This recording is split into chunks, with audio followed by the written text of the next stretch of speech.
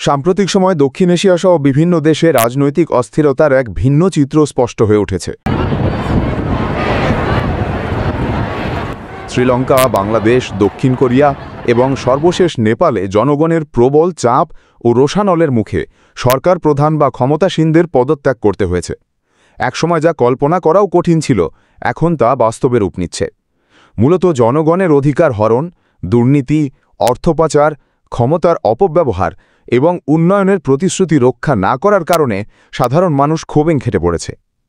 প্রিয় দর্শক, ভিডিওটি শেষ পর্যন্ত দেখতে অবশ্যই আমাদের সঙ্গে থাকুন, আর ভালো লাগলে অবশ্যই লাইক শেয়ার দিতে ভুলবেন না। সরকার প্রধানদের পদত্যাগের পেছনে বেশ কিছু যৌক্তিক কারণ কাজ করছে। প্রথমত, বছরের পর বছর ধরে চলমান দুর্নীতি ও অর্থ পাচার রাষ্ট্রকে দুর্বল করেছে। দ্বিতীয়ত, শাসকেরা ক্ষমতায় টিকে থাকার নেশায় জনগণের কণ্ঠরোধ করে গণতন্ত্রের স্বাভাবিক গতিকে বাধাগ্রস্ত করেছেন। তৃতীয়ত, সাধারণ মানুষের জীবনযাত্রা যখন নিত্য প্রয়োজনীয় দ্রব্যের মূল্যবৃদ্ধি, জ্বালানি সংকট এবং বেকারত্বে চরমভাবে ভেঙে পড়েছে, তখন তারা পরিবর্তনের জন্য পথে নেমেছেন। জনগণের চাপের মুখে কোনো শাসকের পদত্যাগ নিঃসন্দেহে একটি বড় অর্জন। এতে স্পষ্ট হয় যে ক্ষমতার আসল মালিক জনগণ। ভবিষ্যতে যে দলই ক্ষমতায় আসুক, তাদের মনে ভয় কাজ করবে, ভুল করলে জনগণ ছাড় দেবে না। এতে একদিকে রাজনৈতিক দলগুলো দায়িত্বশীল হতে বাধ্য হবে, অন্যদিকে দেশের উন্নয়ন ও জনস্বার্থকে অগ্রাধিকার দিতে হবে। দুর্নীতিবাজ শাসকের কাছে যেন এটি একটি বার্তা, অন্যায় করলে শেষ পর্যন্ত জনগণই জবাব চাইবে।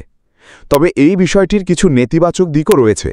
ঘন ঘন সরকার পতনের কারণে রাজনৈতিক স্থিতিশীলতা নষ্ট হতে পারে, রাষ্ট্রীয় উন্নয়ন প্রকল্প বাধাগ্রস্ত হওয়ার পাশাপাশি বিদেশি বিনিয়োগকারীরা আস্থা হারাতে পারেন।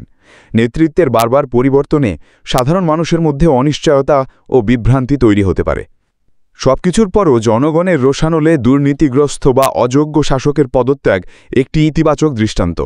এটি প্রমাণ করে যে জনগণই দেশে প্রকৃত শক্তি এবং তাদের ইচ্ছার বাইরে কোনো শাসক দীর্ঘদিন ক্ষমতায় থাকতে পারেন না। তবে একই সঙ্গে রাষ্ট্রের উন্নয়ন ও অগ্রগতির জন্য প্রয়োজন একটি স্থিতিশীল রাজনৈতিক পরিবেশ।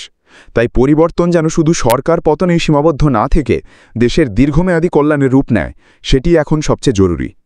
সার্বিকভাবে বলা যায়, স্বল্পমেয়াদে কিছু ক্ষতি থাকলেও দীর্ঘমেয়াদে জনগণের জন্য এটি লাভজনক, কারণ এতে রাজনীতি হয়ে উঠবে আরও জবাবদিহিমূলক, দায়িত্বশীল এবং জনকেন্দ্রিক।